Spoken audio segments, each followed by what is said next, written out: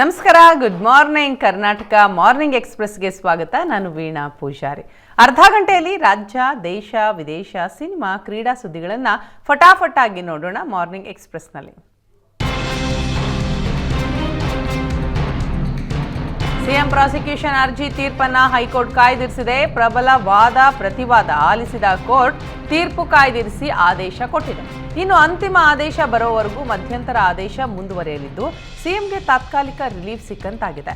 ರಾಜ್ಯಪಾಲರ ಅನುಮತಿ ಪ್ರಶ್ನಿಸಿ ಸಲ್ಲಿಸಿದ್ದ ಅರ್ಜಿಗಳ ವಾದವೂ ಮುಕ್ತಾಯವಾಗಿದ್ದು ಆದೇಶ ಬರೋವರೆಗೂ ಮೂಡಾ ಕೇಸ್ನಲ್ಲಿ ಸಿದ್ದರಾಮಯ್ಯಗೆ ಟೆನ್ಷನ್ ಮಾತ್ರ ಮುಂದುವರಿಯಲಿದೆ. ರೇಣುಕಾಸ್ವಾಮಿ ಹತ್ಯೆ ಕೇಸ್ನಲ್ಲಿ ಜೈಲು ಪಾಲಾಗಿರುವ ಕಿಲ್ಲಿಂಗ್ ಸ್ಟಾರ್ಗೆ ದರ್ಪ ದೌಲತ್ತೇನೂ ಕಡಿಮೆ ಆಗಿಲ್ಲ. ಪರಪ್ಪನ ಅಗ್ರಹಾರದಲ್ಲಿ ರಾಜಾತಿಥ್ಯ ಮೆರೆದಿದ್ದಕ್ಕೆ ಬಳ್ಳಾರಿ ಜೈಲಿಗೆ ಶಿಫ್ಟ್ ಆದರೂ ದುರಹಂಕಾರ ಮಾತ್ರ ಇಳಿದಿಲ್ಲ.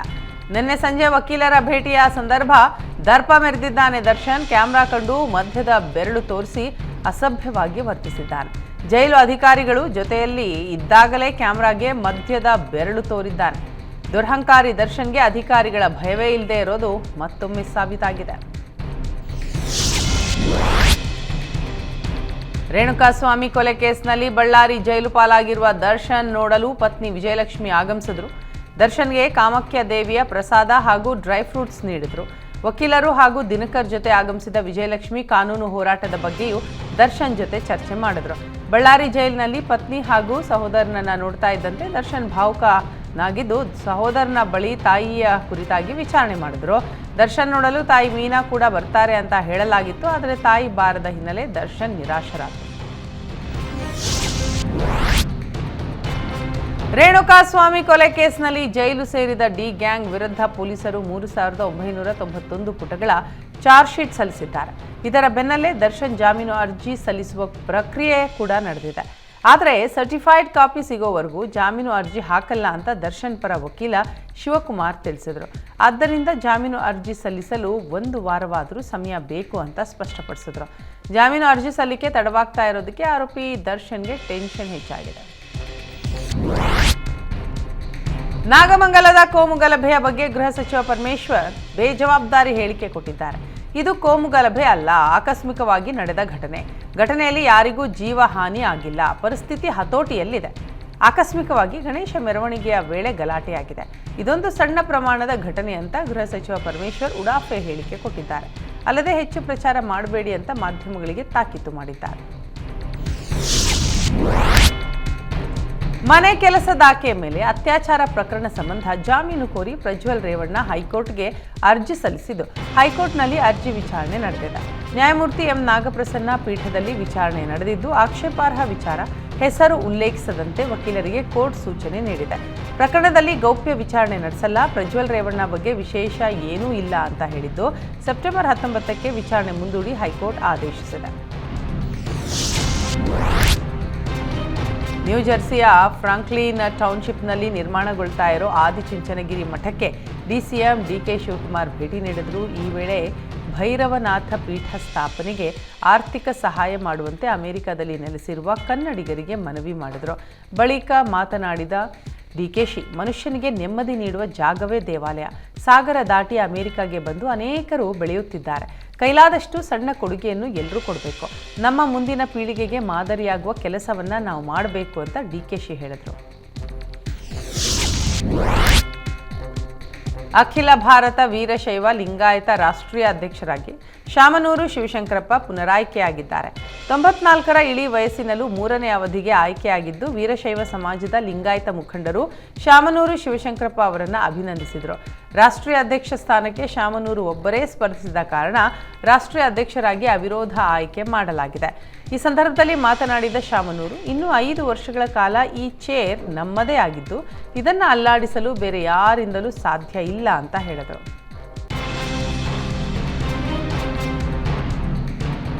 ಕಳೆದ ಬಾರಿ ಕೋಮು ಗಲಭೆಗೆ ಸಾಕ್ಷಿಯಾಗಿದ್ದ ಶಿವಮೊಗ್ಗದ ರಾಗಿಗುಡ್ಡದಲ್ಲಿ ನಿನ್ನೆ ಏಕಕಾಲಕ್ಕೆ 14 ಗಣಪತಿ ವಿಗ್ರಹಗಳನ್ನು ವಿಸರ್ಜನೆ ಮಾಡಲಾಗಿದೆ.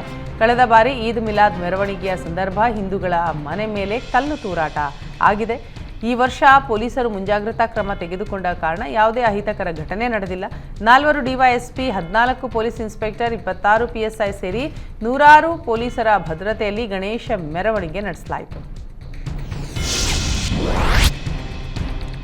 ಯಡಿಯೂರಿನ ಶ್ರೀ ಸಿದ್ಧಲಿಂಗೇಶ್ವರ ಸ್ವಾಮಿ ದೇವಸ್ಥಾನಕ್ಕೆ ತಾಂತ್ರಿಕ ಆನೆಯನ್ನ ವಿವಿಧ ಸಂಘಟನೆಗಳು ಕೊಡುಗೆಯಾಗಿ ನೀಡಿವೆ.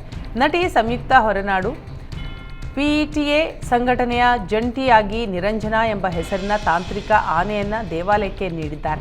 3 ಮೀಟರ್ ಉದ್ದದ ಮತ್ತು 800 ಕೆಜಿ ತೂಕ ಇರುವ ಇದು ನಿರ್ಜೀವ ಆನೆಯಾಗಿದ್ದು ಥೇಟ್ ನೈಜ ಆನೆಯನ್ನೇ ಹೋಲುತ್ತೆ. ಜೊತೆಗೆ ಆನೆಯಂತೆ ಚಲನೆಯನ್ನ ಹೊಂದಿರುವ ನಿರಂಜನ ಭಕ್ತರ ಆಕರ್ಷಣೆಯಾಗಿದೆ. ಕರ್ನಾಟಕದ ಹಿಂದೂ ಧಾರ್ಮಿಕ ಸಂಸ್ಥೆಗಳು ಹಾಗೂ ಧಾರ್ಮಿಕ ಕೊಡುಗೆ ಇಲಾಖೆ ಒಪ್ಪಿಗೆಯೊಂದಿಗೆ ದೇವಸ್ಥಾನದಲ್ಲಿ ಪ್ರತಿಷ್ಠಾಪಿಸಲಾಗಿರುವ ಮೊದಲ ತಾಂತ್ರಿಕ ಆನೆ ಇದಾಗಿದೆ. ಮುಂದಿನ 6 ದಿನಗಳ ಕಾಲ ರಾಜ್ಯದಾದ್ಯಂತ ಭಾರೀ ಮಳೆಯಾಗಲಿದೆ ಅಂತ ಹವಾಮಾನ ಇಲಾಖೆ ಮುನ್ಸೂಚನೆ ನೀಡಿದೆ. ಮುಂದಿನ 1 ವಾರ ಉತ್ತರ ಕನ್ನಡ, ಉಡುಪಿ, ದಕ್ಷಿಣ ಕನ್ನಡ ಜಿಲ್ಲೆಗಳಲ್ಲಿ ಸಾಧಾರಣ ಮಳೆಯಾಗುವ ಸಾಧ್ಯತೆ ಇದ್ದು, ಶಿವಮೊಗ್ಗ, ಚಿಕ್ಕಮಗಳೂರು, ಹಾಸನ ಹಾಗೂ ಕೊಡಗು ಜಿಲ್ಲೆಗಳಲ್ಲಿ ಹಗುರ ಮಳೆಯಾಗಲಿದೆ ಅಂತ ಹವಾಮಾನ ಇಲಾಖೆ ಹೇಳಿದೆ. ಇನ್ನು ರಾಜಧಾನಿ ಬೆಂಗಳೂರಿನಲ್ಲಿ ಭಾಗಶಃ ಮೋಡ ಕವಿದ ವಾತಾವರಣ ಇರಲಿದೆ ಅಂತ ಹವಾಮಾನ ಇಲಾಖೆ ಮಾಹಿತಿ ನೀಡಿದೆ. ಸ್ಕ್ರೂ ಡ್ರೈವರ್ನಿಂದ ಕಾರಿಗೆ ಹಾನಿ ಮಾಡಿದ್ದ ಕ್ಯಾಬ್ ಚಾಲಕನನ್ನ ಕಾಡುಗೋಡಿ ಪೊಲೀಸರು ಬಂಧಿಸಿದ್ದಾರೆ. ಬಂಧಿತನನ್ನ ಶಿವಕುಮಾರ್ ಅಂತ ಗುರುತಿಸಲಾಗಿದೆ. ಗಾಡಿ ಟಚ್ ಆಯಿತು ಎಂಬ ಕಾರಣಕ್ಕೆ ಗಲಾಟೆ ಶುರುವಾಗಿತ್ತು. ಕ್ಯಾಬ್ ಚಾಲಕ ಕಾರು ಚಾಲಕನಿಗೆ ಅವಾಚ್ಯ ಶಬ್ದದಿಂದ ನಿಂದಿಸಿದ್ದಲ್ಲದೆ ಕಾರು ಚಾಲಕನ ಮೇಲೆ ಹಲ್ಲೆಗೆ ಮುಂದಾಗಿದ್ದ. ಕಿರಿಕ್ ಮಾಡಿದ್ದ ಶಿವಕುಮಾರ್ಗೆ ಕಾರು ಚಾಲಕ ಧನುಷ್ ಪೆಪ್ಪರ್ ಸ್ಪ್ರೇ ಮಾಡಿದ್ದ. ಇದರಿಂದ ಸಿಟ್ಟಿಗೆದ್ದ ಶಿವಕುಮಾರ್ ಸ್ಕ್ರೂ ಡ್ರೈವರ್ನಿಂದ ಕಾರಿಗೆ ಹಾನಿ ಮಾಡಿದ್ದ. ಈ ಬಗ್ಗೆ ಕಾರು ಚಾಲಕ ಧನುಷ್ ಪೊಲೀಸರಿಗೆ ದೂರು ನೀಡಿದ್ದು, ದೂರು ಆಧರಿಸಿ ಚಾಲಕ ಶಿವಕುಮಾರ್ನನ್ನ ಪೊಲೀಸರು ಬಂಧಿಸಿದ್ದಾರೆ. ಕೋಲಾರ ಶಾಸಕ ಕೊತ್ತೂರು ಮಂಜುನಾಥ್ ಜಾತಿ ಪ್ರಮಾಣ ಪತ್ರ ವಿವಾದದ ವಿಚಾರಣೆ ಸೆಪ್ಟೆಂಬರ್ 19ಕ್ಕೆ ಮುಂದೂಡಿ ಹೈಕೋರ್ಟ್ ಆದೇಶ ಕೊಟ್ಟಿದೆ. ಕೊತ್ತೂರು ಮಂಜುನಾಥ್ ನಕಲಿ ಜಾತಿ ಪ್ರಮಾಣ ಪತ್ರ ನೀಡಿದ್ದಾರೆ ಅಂತ ಮುಳಬಾಗಿಲು ನಗರ ಠಾಣೆಯಲ್ಲಿ 2018ರಲ್ಲಿ ಪ್ರಕರಣ ದಾಖಲಾಗಿತ್ತು. ಪ್ರಕರಣ ರದ್ದು ಕೋರಿ ಶಾಸಕ ಕೊತ್ತೂರು ಮಂಜುನಾಥ್ ಹೈಕೋರ್ಟ್ ಮೊರೆ ಹೋಗಿದ್ದಾರೆ.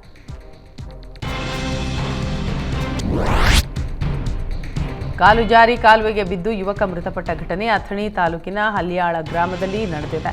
ಮೃತನನ್ನ 21 ವರ್ಷದ ಶಿವರಾಯ ಮಲ್ಲಪ್ಪ ಕಾಂಬಳೆ ಅಂತ ಗುರುತಿಸಲಾಗಿದೆ. ನಿನ್ನೆ ಮುಂಜಾನೆ ಸ್ನೇಹಿತರು ಜೊತೆಯಾಗಿ ಕಾಲುವೆ ಬಳಿ ಬಹಿರ್ದೆಸೆಗೆ ಅಂತ ತೆರಳಿದ್ರು. ನೀರು ತರಲು ಹೋದಾಗ ಶಿವರಾಯ ಕಾಲು ಜಾರಿ ನೀರಿಗೆ ಬಿದ್ದಿದ್ದು ಈಜು ಬಾರದೆ ನೀರಿನಲ್ಲಿ ಕೊಚ್ಚಿ ಹೋಗಿದ್ದಾನೆ. ಅಗ್ನಿಶಾಮಕ ಸಿಬ್ಬಂದಿ ಕಾರ್ಯಾಚರಣೆಯ ವೇಳೆ ಮೃತದೇಹ ಪತ್ತೆಯಾಗಿದೆ. ಮಗನನ್ನ ಕಳೆದುಕೊಂಡ ಕುಟುಂಬಸ್ಥರ ಆಕ್ರಂದನ ಮುಗಿಲು ಮುಟ್ಟಿದೆ. ಉಂಡ ಮನೆಗೆ ದ್ರೋಹ ಬಗೆದ 4 ಆರೋಪಿಗಳನ್ನು ಸಿಸಿಬಿ ಪೊಲೀಸರು ಬಂಧಿಸಿದ್ದಾರೆ. ಹರಿಕೃಷ್ಣ ರೆಡ್ಡಿ ಎಂಬಾತ ಲೇಡೀಸ್ ಬಾರ್ ಹುಚ್ಚಿಗೆ ಬಿದ್ದು ಪ್ರಾಪ್ಕೇರ್ ರಿಯಲ್ ಎಸ್ಟೇಟ್ ಪ್ರೈವೇಟ್ ಲಿಮಿಟೆಡ್ ಕಂಪನಿಗೆ 17 ಕೋಟಿ ವಂಚನೆ ಮಾಡಿದ್ದ. ಈ ಬಗ್ಗೆ ಕಂಪನಿ ಮಾಲೀಕ ಶ್ರೀನಿವಾಸ್ ಪೊಲೀಸರಿಗೆ ದೂರು ನೀಡಿದರು. ಪ್ರಕರಣದ ತನಿಖೆ ನಡೆಸಿದ ಸಿಸಿಬಿ ಪೊಲೀಸರು ಹರಿಕೃಷ್ಣ ರೆಡ್ಡಿ ಸೇರಿದಂತೆ 4 ಆರೋಪಿಗಳನ್ನು ಬಂಧಿಸಿದ್ದಾರೆ. ತನಿಖೆ ವೇಳೆ ಹರಿಕೃಷ್ಣ ರೆಡ್ಡಿಯ ಲೇಡೀಸ್ ಬಾರ್ ಹುಚ್ಚು ಬಯಲಾಗಿದೆ. ಅಕ್ರಮವಾಗಿ ವರ್ಗಾವಣೆ ಮಾಡಿದ್ದ ಹಣವನ್ನು ಹರಿಕೃಷ್ಣ ರೆಡ್ಡಿ 190 ಲೇಡೀಸ್ ಬಾರ್ ಮಾಲೀಕರಿಗೆ ಕಳುಹಿಸಿದ್ದ. ಬೆಳಿಗ್ಗೆ ಹಣ ಹಾಕಿ ರಾತ್ರಿ ಪಬ್ನಲ್ಲಿ ಎಂಜಾಯ್ ಮಾಡ್ತಾ ಇದ್ದ. 4 ವರ್ಷದಿಂದ ಇದೇ ರೀತಿ ಕಂಪನಿಗೆ ವಂಚಿಸ್ತಾ ಇದ್ದ. ಪ್ರಕರಣ ದಾಖಲಿಸಿದ ಪೊಲೀಸರು ತನಿಖೆ ನಡೆಸ್ತಾ ಇದ್ದು, ಆರೋಪಿಯಿಂದ 3 ಕೋಟಿ ಬೆಲೆಯ ಚಿನ್ನಾಭರಣ, ನಗದು ಹಾಗೂ 2 ಮನೆ ಪತ್ರಗಳನ್ನು ಸೀಸ್ ಮಾಡಿದ್ದಾರೆ.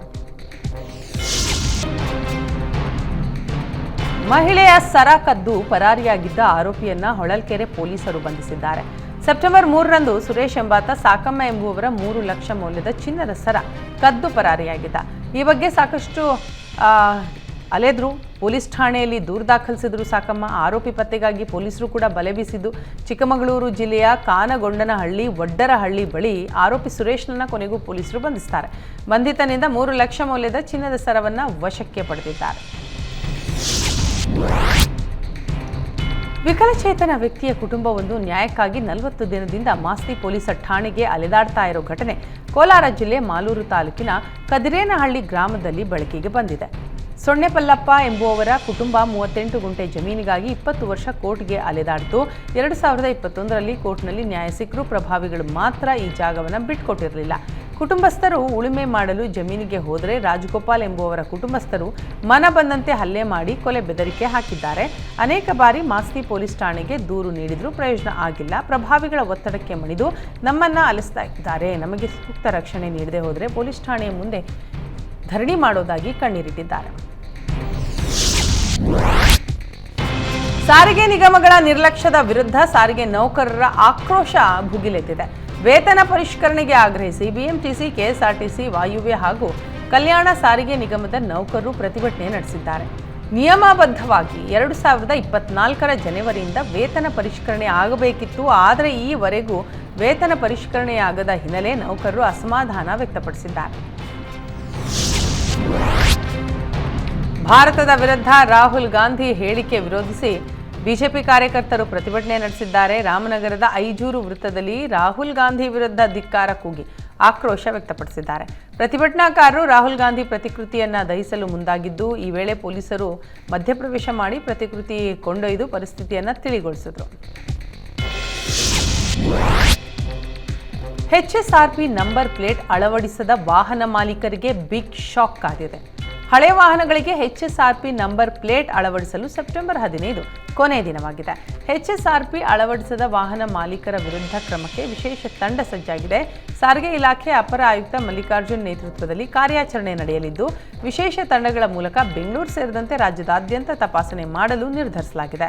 ಬೆಂಗಳೂರಿನ 10 RTO ವ್ಯಾಪ್ತಿಯಲ್ಲಿ 10 ತಂಡಗಳಾಗಿ ಕಾರ್ಯಾಚರಣೆ ನಡೆಸಲು ಪ್ಲಾನ್ ಮಾಡಲಾಗಿದೆ. ಈವರೆಗೂ ಕೇವಲ 51 ಲಕ್ಷ ವಾಹನ ಸವಾರರು ಮಾತ್ರ HSRP ನಂಬರ್ ಪ್ಲೇಟ್ ಅಳವಡಿಸಿಕೊಂಡಿದ್ದು, ಇನ್ನು 1,49,00,000 ವಾಹನ ಸವಾರರು HSRP ಅಳವಡಿಸಿಲ್ಲ. ಹೀಗಾಗಿ HSRP ನಂಬರ್ ಪ್ಲೇಟ್ ಅಳವಡಿಸದ ವಾಹನ ಮಾಲೀಕರ ವಿರುದ್ಧ ಕಾರ್ಯಾಚರಣೆಗೆ ಸಾರಿಗೆ ಇಲಾಖೆ ಸಿದ್ಧತೆ ನಡೆಸಿದೆ.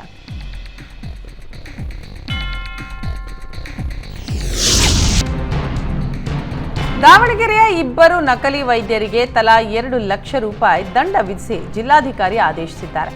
ಔಷಧ ಅಂಗಡಿ ಮುಚ್ಚುವಂತೆಯೂ ಡಿಸಿ ಗಂಗಾಧರ ಸ್ವಾಮಿ ಆದೇಶದಲ್ಲಿ ಉಲ್ಲೇಖಿಸಿದ್ದಾರೆ. ಹೊನ್ನಾಳಿ ತಾಲೂಕಿನ ಕ್ಯಾಸನಕೆರೆ ಹಾಗೂ ಲಿಂಗಾಪುರ ಗ್ರಾಮಗಳಲ್ಲಿ ನಕಲಿ ವೈದ್ಯರು ಕ್ಲಿನಿಕ್ ನಡೆಸ್ತಾ ಇದ್ರು. ಭದ್ರಾವತಿ ತಾಲೂಕಿನ ಸನ್ಯಾಸಿ ಕೊಡಮಗ್ಗಿ ಗ್ರಾಮದ ಶ್ರೀನಿವಾಸ್ ಹಾಗೂ ಹಿರೇಕೆರೂರು ತಾಲೂಕಿನ 45 ವರ್ಷದ ಲಕ್ಷ್ಮಣ ಇಬ್ಬರೂ ಕೂಡ ನಕಲಿ ವೈದ್ಯರಾಗಿದ್ದಾರೆ. 2 ಕಡೆ ಹೊನ್ನಾಳಿ ಉಪವಿಭಾಗಾಧಿಕಾರಿ ಅಭಿಷೇಕ್ ನೇತೃತ್ವದಲ್ಲಿ ದಾಳಿ ನಡೆಸಿ ತನಿಖೆಗೆ ಆದೇಶಿಸಿದರು. ಸದ್ಯ ವರದಿ ಆಧರಿಸಿ ಡಿಸಿ ದಂಡ ವಿಧಿಸಿದ್ದಾರೆ. ಬಸ್ನಲ್ಲಿ ಪ್ರಯಾಣಿಸುವ ಒಂಟಿ ಮಹಿಳೆಯರನ್ನೇ ಟಾರ್ಗೆಟ್ ಮಾಡಿ ಕಳ್ಳತನ ಮಾಡ್ತಾ ಇದ್ದ ಅಂತಾರಾಜ್ಯ ಕಳ್ಳಿಯನ್ನು ಪೊಲೀಸರು ಬಂಧಿಸಿದ್ದಾರೆ. ಮಹಿಳೆಯ ವ್ಯಾನಿಟಿ ಬ್ಯಾಗ್ನಿಂದ ಕ್ಷಣಾರ್ಧದಲ್ಲಿ ಹಣ, ಚಿನ್ನಾಭರಣ ದೋಚ್ತಾ ಇದ್ದ ಚಾಲಾಕಿ ಲಕ್ಷ್ಮಿಯನ್ನು ಚಾಮರಾಜನಗರ ಪೊಲೀಸರು ಬಂಧಿಸಿ ಜೈಲಿಗೆ ಕಳುಹಿಸಿದ್ದಾರೆ. ಕಳೆದ ತಿಂಗಳು 9ನೇ ತಾರೀಕು ತಮಿಳುನಾಡಿನ ಸತ್ಯಮಂಗಲಕ್ಕೆ ಹೊರಟಿದ್ದಂತಹ ಪುಷ್ಪಲತಾಳ ಬಳಿ ಇದ್ದ ಅರ್ಧ ಕೆಜಿ ಚಿನ್ನವನ್ನು ಚಾಲಾಕಿ ಲಕ್ಷ್ಮಿ ಕದ್ದಿದ್ದರು. ಈ ಬಗ್ಗೆ ಚಾಮರಾಜನಗರ ಪಟ್ಟಣ ಪೊಲೀಸ್ ಠಾಣೆಯಲ್ಲಿ ಪ್ರಕರಣ ದಾಖಲಾಗಿತ್ತು. ಸದ್ಯ ಕಿಲಾಡಿ ಮಹಿಳೆಯಿಂದ 430 ಗ್ರಾಂ ಚಿನ್ನಾಭರಣವನ್ನು ಪೊಲೀಸರು ವಶಕ್ಕೆ ಪಡೆದಿದ್ದಾರೆ.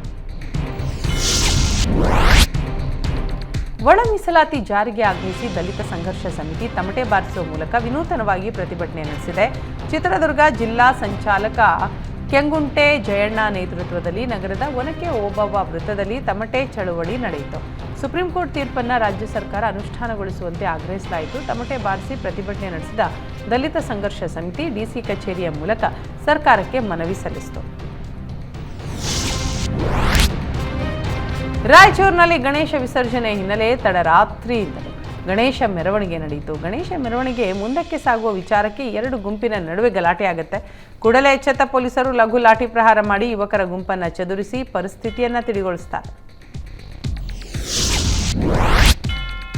ವಿಜಯದಶಮಿ ಜಂಬೂ ಸವಾರಿ ಮೆರವಣಿಗೆಗೆ ದಿನಗಣನೆ ಶುರುವಾಗಿದೆ. ಮೈಸೂರು ಅರಮನೆ ಆವರಣದಲ್ಲಿ ಸಿದ್ಧತಾ ಕಾರ್ಯ ಭರದಿಂದ ಸಾಗಿದೆ. ಅರಮನೆಯಲ್ಲಿರುವ ಫಿರಂಗಿ ಗಾಡಿಗಳಿಗೆ ವಿಶೇಷ ಪೂಜೆ ನೆರವೇರಿಸಲಾಯಿತು. ಜಂಬೂ ಸವಾರಿ ಮೆರವಣಿಗೆಯ ದಿನ 21 ಬಾರಿ ಕುಶಾಲ ತೋಪು ಸಿಡಿಸಲು ಫಿರಂಗಿ ಗಾಡಿಗಳನ್ನು ಬಳಸಲಾಗುತ್ತೆ. ಇನ್ನು ಇಂದಿನಿಂದ ಡ್ರೈವ್ ಪ್ರಾಕ್ಟೀಸ್ ಆರಂಭ ಆಗಲಿದೆ. ದಸರಾ ಗಜಪಡೆ ಹಾಗೂ ಕುದುರೆಗಳ ಸಮ್ಮುಖದಲ್ಲಿ ಪೂರ್ಣ ಪ್ರಮಾಣದ ತಾಲೀಮು ನಡೆಯಲಿದೆ. ಕುಶಾಲ ತೋಪು ಸಿಡಿಸಿದಾಗ ಆನೆ ಕುದುರೆಗಳು ಬೆದರದೇ ಇರಲಿ ಅಂತ ತಾಲೀಮು ನಡೆಸಲಾಗುವುದು.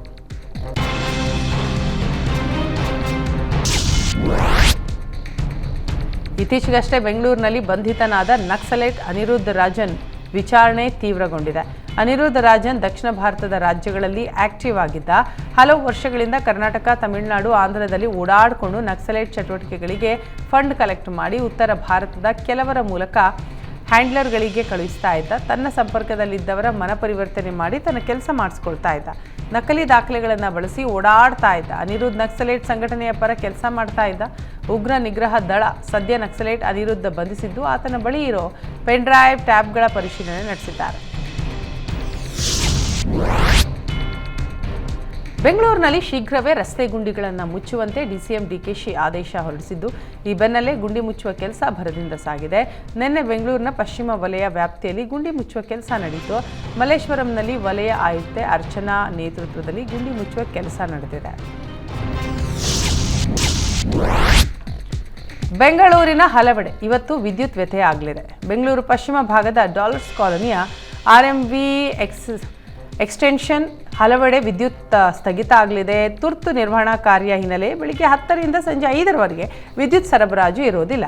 ರಾಮಯ್ಯ ಆಸ್ಪತ್ರೆ, ಪೈಪ್ಲೈನ್ ರಸ್ತೆ, ಎಜಿಎಸ್ ಲೇಔಟ್, ಸದಾಶಿವನಗರ ಪೊಲೀಸ್ ಠಾಣೆ, ಎಲ್ಜಿ ಹಳ್ಳಿ, ಆರ್ಎಂವಿ 2ನೇ ಹಂತ, ಬಿಇಎಲ್ ರಸ್ತೆ, ಎಂಎಸ್ಆರ್ ನಗರ, ಡಾಲರ್ಸ್ ಕಾಲೋನಿ ಸುತ್ತಮುತ್ತ ವಿದ್ಯುತ್ ಪೂರೈಕೆ ವ್ಯತ್ಯಯ ಆಗಲಿದೆ. ವಿಜಯಪುರ ಜಿಲ್ಲೆಯ ಆಲಮೇಲ ಪಟ್ಟಣದಲ್ಲಿ ಗಣೇಶ ವಿಸರ್ಜನೆಯ ವೇಳೆ ಪಿಎಸ್ಐ ಸಖತ್ ಸ್ಟೆಪ್ಸ್ ಹಾಕಿದ ವಿಡಿಯೋ ಈಗ ವೈರಲ್ ಆಗಿದೆ. ಪಿಎಸ್ಐರನ್ನ ಹೆಗಲ ಮೇಲೆ ಎತ್ತಿಕೊಂಡು ಸ್ಥಳೀಯರು ಕುಣಿದು ಕುಪ್ಪಳಿಸಿದರು. ಆಲಮೇಲ ಪಟ್ಟಣದಲ್ಲಿ ಭಾವೈಕ್ಯತೆಯಿಂದ ಪ್ರತಿ ವರ್ಷ ಕೂಡ ಗಣೇಶೋತ್ಸವ ಆಚರಣೆ ನಡೆಯುತ್ತೆ. ಇನ್ನು ಪಿಎಸ್ಐ ಜೊತೆ ಇತರೆ ಪೊಲೀಸ್ ಸಿಬ್ಬಂದಿ ಕೂಡ ಡ್ಯಾನ್ಸ್ ಮಾಡಿದ್ರು. ಹಾವೇರಿ ಜಿಲ್ಲೆಯ ರಟ್ಟಿಹಳ್ಳಿ ಪಟ್ಟಣದ ಗಣೇಶ ಮೂರ್ತಿ ವಿಸರ್ಜನೆ ಕಾರ್ಯಕ್ರಮಕ್ಕೆ ಶ್ರೀರಾಮ ಸೇನೆ ಮುಖಂಡ ಪ್ರಮೋದ್ ಮುತಾಲಿಕ್ ನಿರ್ಬಂಧ ಹೇರಲಾಗಿತ್ತು. ಅವರನ್ನು ಶ್ರೀ ಬೀರಲಿಂಗೇಶ್ವರ ಗೆಳೆಯರ ಬಳಗದಿಂದ ರಟ್ಟಿಹಳ್ಳಿ ಪಟ್ಟಣದಲ್ಲಿ ಗಣೇಶ ಮೂರ್ತಿ ಪ್ರತಿಷ್ಠಾಪನೆ ಮಾಡಲಾಗಿತ್ತು. ಮುತಾಲಿಕ್ ಭಾಷಣದಿಂದ ಗಲಭೆ ಉಂಟಾಗುವ ಸಾಧ್ಯತೆ ಹಿನ್ನೆಲೆ 15 ದಿನ ರಟ್ಟಿಹಳ್ಳಿ ನಗರಕ್ಕೆ ಮುತಾಲಿಕ್ಗೆ ನಿಷೇಧ ಹೇರಿ ಹಾವೇರಿ ಡಿಸಿ ಆದೇಶ ಹೊರಡಿಸಿದ್ದಾರೆ. ಬೆಂಗಳೂರಿನಲ್ಲಿ ಬಿಎಸ್ಪಿ ಮುಖಂಡನ ಮನೆ ಮೇಲೆ ದಾಳಿ ನಡೆದಿದೆ. ಅದು ಕೂಡ ಇಡಿ ದಾಳಿ. ಅಕ್ರಮ ಹಣ ವರ್ಗಾವಣೆ ಶಂಕೆ ಹಿನ್ನೆಲೆ ಬಿಎಸ್ಪಿ ಮುಖಂಡನ ಮಾರಸಂದ್ರ ಮುನಿಯಪ್ಪ ಮನೆಯ ಮೇಲೆ ಇಡಿ ರೇಡ್ ನಡೆಸಿದೆ. ನಿನ್ನೆ ಬೆಳಿಗ್ಗೆ ದಾಳಿ ಮಾಡಿದ ಜಾರಿ ನಿರ್ದೇಶನಾಲಯದ ಅಧಿಕಾರಿಗಳು ಹಲವು ದಾಖಲೆಗಳನ್ನು ಪರಿಶೀಲನೆ ಮಾಡಿದರು.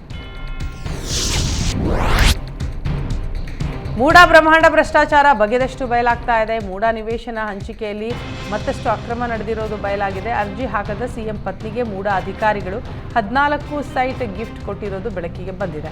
ಜನವರಿ 14ರ 22ರಂದು ಪಾರ್ವತಿ ಹೆಸರಿನಲ್ಲಿ ಅರ್ಜಿ ಸಲ್ಲಿಸಲಾಗಿದ್ದು, ಅರ್ಜಿಗೆ ಸಿದ್ದರಾಮಯ್ಯ ಖಾಸಗಿ ಪಿಎ ಎಸ್ಜಿ ದಿನೇಶ್ ಕುಮಾರ್ ಸಹಿ ಮಾಡಿರೋದು ಗೊತ್ತಾಗಿದೆ.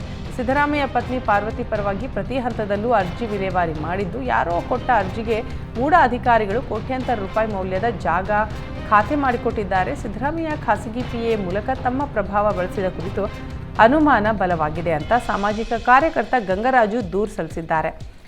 ಸಿಎಂ ಪತ್ನಿಗೆ ಹಂಚಿಕೆ ಮಾಡಿದ 14 ನಿವೇಶನಗಳ ಖಾತೆ ರದ್ದುಪಡಿಸಿ ತಪ್ಪಿತಸ್ಥರಿಗೆ ಶಿಕ್ಷೆ ವಿಧಿಸುವಂತೆ ಆಗ್ರಹಿಸಿದ್ದಾರೆ. ನಾಡಿನೆಲ್ಲೆಡೆ ಗಣೇಶೋತ್ಸವವನ್ನು ಅತ್ಯಂತ ವಿಜೃಂಭಣೆಯಿಂದ ಆಚರಿಸಲಾಗ್ತಾ ಇದೆ.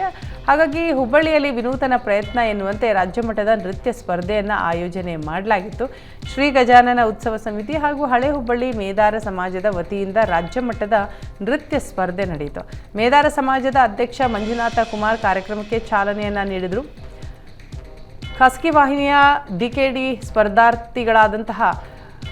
ಸ್ಪರ್ಧಾರ್ಥಿಗಳು ನೃತ್ಯ ಮೂಡಿ ಬಂತು. ಕಾರ್ಯಕ್ರಮದಲ್ಲಿ ಮಹಿಳೆಯರು, ಯುವಕರು ಭಾಗಿಯಾದರು.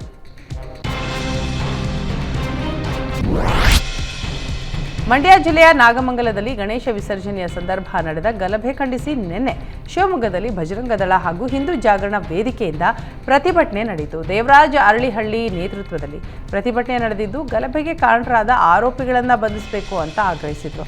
ಕಾಂಗ್ರೆಸ್ ಸರ್ಕಾರದ ವಿರುದ್ಧ ಧಿಕ್ಕಾರ ಕೂಗಿ ಆಕ್ರೋಶ ವ್ಯಕ್ತಪಡಿಸಿದರು. ಬೆಂಗಳೂರಿನಲ್ಲಿ ಪ್ರಧಾನಮಂತ್ರಿ ವಿಶ್ವಕರ್ಮ ಪ್ರದರ್ಶನ ಮತ್ತು ವ್ಯಾಪಾರ ಮೇಳ ಆರಂಭಗೊಂಡಿದೆ. ರಾಜಾಜಿನಗರದ ಎಂಎಸ್ಎಂಇ ಸಭಾಂಗಣದಲ್ಲಿ ನಡೀತಾ ಇರೋ ಮೇಳಕ್ಕೆ ಕೇಂದ್ರ ಸಚಿವೆ ಶೋಭಾ ಕರಂದ್ಲಾಜೆ ಚಾಲನೆ ನೀಡಿದರು. ಈ ವೇಳೆ ಮಾತನಾಡಿದ ಅವರು, ಕಲೆ ಪ್ರತಿಯೊಬ್ಬ ಕಲಾವಿದನ ಜೀವಾಳ. ಸರ್ಕಾರವು ಈ ರೀತಿಯ ಮೇಳಗಳ ಮೂಲಕ ಅವರ ಪ್ರತಿಭೆಗೆ ತಕ್ಕ ಗೌರವ ನೀಡಲು ಮತ್ತು ಬೆಂಬಲ ನೀಡಲು ಮುಂದಾಗಬೇಕು ಅಂತ ಹೇಳಿದರು. ಇನ್ನು ಮೇಳದಲ್ಲಿ ವಿಶ್ವಕರ್ಮ ಕುಶಲಕರ್ಮಿಗಳಿಂದ ತಯಾರಾದ ನಾನಾ ಬಗೆಯ ಕರಕುಶಲ ಉತ್ಪನ್ನಗಳು ಮಾರಾಟ ಮಾಡಲಾಗ್ತಾ ಇದೆ. ರಾಜ್ಯದ ವಿವಿಧ ಭಾಗಗಳಿಂದ ಬಂದಿರುವ 100ಕ್ಕೂ ಅಧಿಕ ಕುಶಲಕರ್ಮಿಗಳು ತಾವೇ ತಯಾರಿಸಿರುವ ಕರಕುಶಲ ವಸ್ತುಗಳನ್ನು ಪ್ರದರ್ಶನ ಮತ್ತು ಮಾರಾಟ ಮಾಡ್ತಾ ಇದ್ದಾರೆ. ಮುಂದಿನ 2 ದಿನ ಪ್ರದರ್ಶನ ಹಾಗೂ ಮಾರಾಟ ಮೇಳ ನಡೆಯಲಿದೆ. ಹಿರಿಯ ಎಡಪಂಥೀಯ ನಾಯಕ ಮತ್ತು ಸಿಪಿಐಎಂ ಪ್ರಧಾನ ಕಾರ್ಯದರ್ಶಿ ಸೀತಾರಾಮ್ ಯೆಚೂರಿ ನಿನ್ನೆ ಮಧ್ಯಾಹ್ನ ನಿಧನರಾಗಿದ್ದಾರೆ. ಶ್ವಾಸಕೋಶದ ಸೋಂಕಿನಿಂದ ಬಳಲ್ತಾ ಇದ್ದ ಸೀತಾರಾಮ್ ಯೆಚೂರಿಗೆ ದೆಹಲಿಯ ಏಮ್ಸ್ ಆಸ್ಪತ್ರೆಯಲ್ಲಿ ಚಿಕಿತ್ಸೆ ನೀಡಲಾಗ್ತಾ ಇತ್ತು. ಚಿಕಿತ್ಸೆ ಫಲಕಾರಿಯಾಗದೆ ಕೊನೆಯುಸಿರೆಳೆದಿದ್ದಾರೆ. ಸೀತಾರಾಮ್ ಯೆಚೂರಿ ನಿಧನಕ್ಕೆ ಪ್ರಧಾನಿ ಮೋದಿ, ರಾಹುಲ್ ಗಾಂಧಿ ಸೇರಿದಂತೆ ಹಲವು ಗಣ್ಯರು ಟ್ವೀಟ್ನ ಮುಖಾಂತರ ಸಂತಾಪ ಸೂಚಿಸಿದ್ದಾರೆ.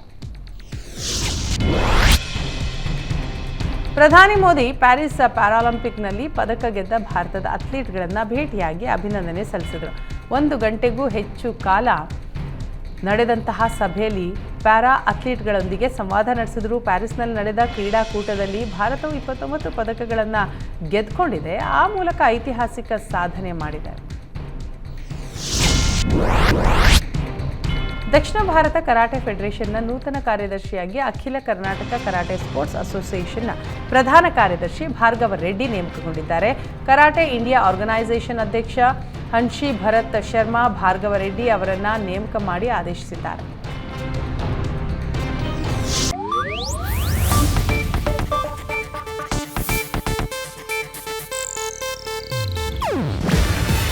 ಇದು ಏಷ್ಯಾನೆಟ್ ನ್ಯೂಸ್ ನೆಟ್ವರ್ಕ್ ಪ್ರಸ್ತುತಿ.